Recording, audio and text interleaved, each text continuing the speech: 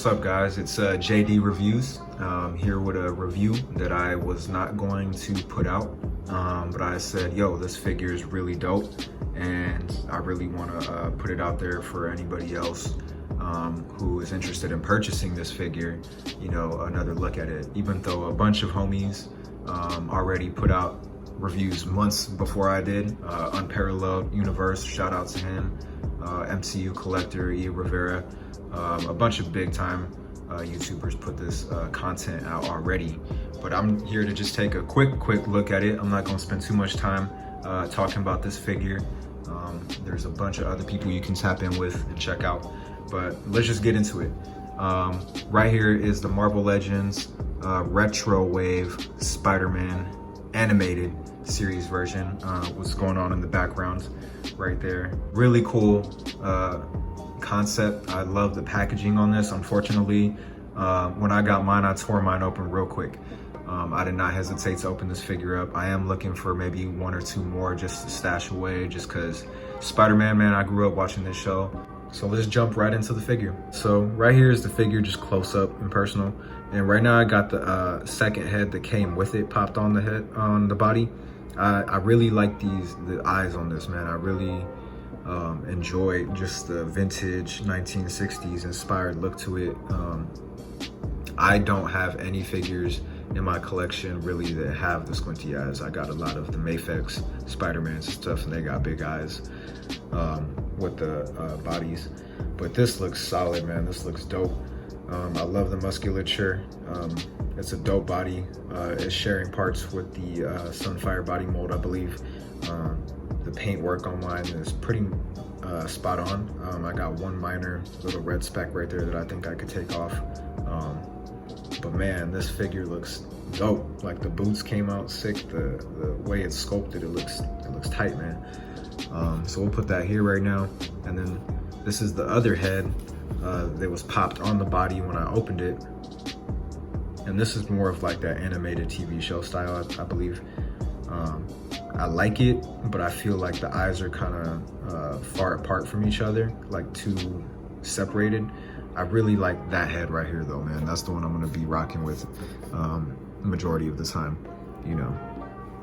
And then it came with two whipping hands, which is pretty cool.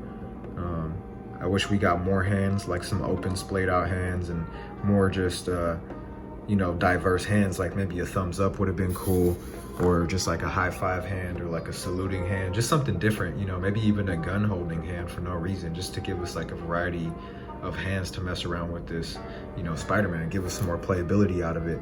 I really think they did step it up with the torso articulation. I do enjoy that.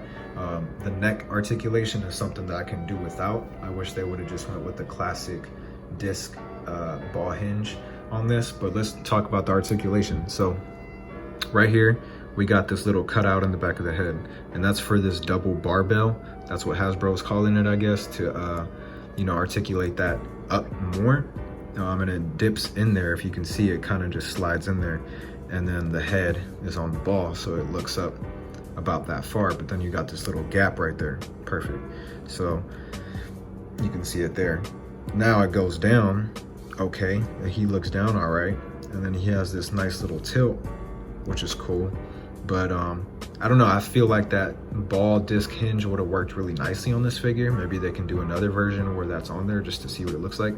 But I'm happy with it. I mean, it does the job for now. And moving down to the butterfly joints, he has these joints that just move crazy. He can go all the way back. You know, he can bring his shoulder all the way back there and then move it all the way forward there, which is dope. You can bring your arms up about that far, bring them down. They can rotate all around. He has that bicep rotation up here. He has double jointed elbows. They only go maybe 90 degrees on there. And then he has the fists that rotate and the hinge in there. And that goes for the whipping hands. The same articulation setup is on those, so that's pretty cool. All right, right here in the torso, we got this ball. What's this, ball socket, like a double. That's probably the barbell system in there too, I suppose, but it brings that all around. You can pretty much articulate him and get him moving side to side right there, which is pretty cool. And forward, he doesn't go that much, and back, he goes pretty far, which is good. But what really kills it is right here, when you drop that down, he can look down all the way. And then back here, he can go really far back, which is pretty cool. And then if you get that head back even more. So he can get into some really dope poses. This reminds me of that 12-inch Marvel Legends Spider-Man they had put out a while back, maybe a year or two back. But he had that same kind of articulation setup going for that figure. So that's pretty cool. So now moving down to the leg. So you got this drop down mechanism here on the hips, and that goes down. I think this is the second time we've seen this. Correct me if I'm wrong, but I think it was just with Beast so far. So this is pretty cool to see. So that can go up pretty far. You can bring that, you know, it kind of splays out to get those crazy Spider-Man poses. And then going back, it just gets in the way right here with this plastic, so it doesn't go back too much. But you can pop that back up. And then you got upper thigh swivel, so that rotates all around. And then you got double jointed knees, which work really nicely.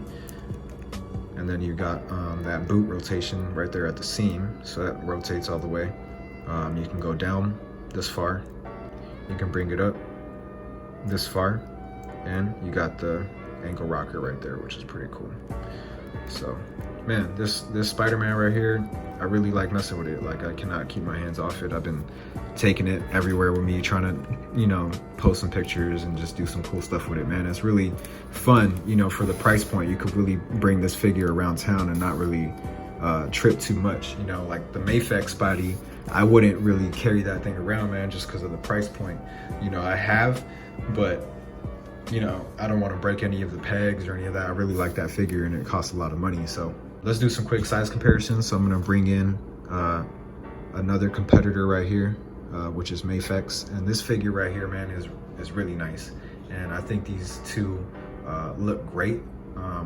I can't say one is going to be king or one is not going to be king. I think they're really dope, and it just depends on where you are with your budget, or if you can grab them both, then go ahead and grab them both.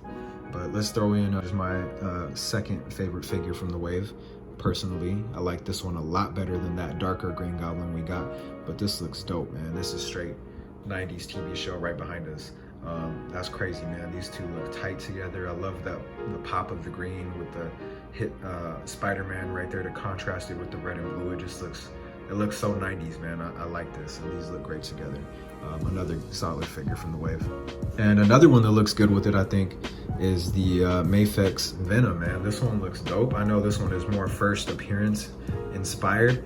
I wish that we can get a 90s style Venom with the red and blue paint on it, with the crazy looking mouth, man. That would look really sick with this figure.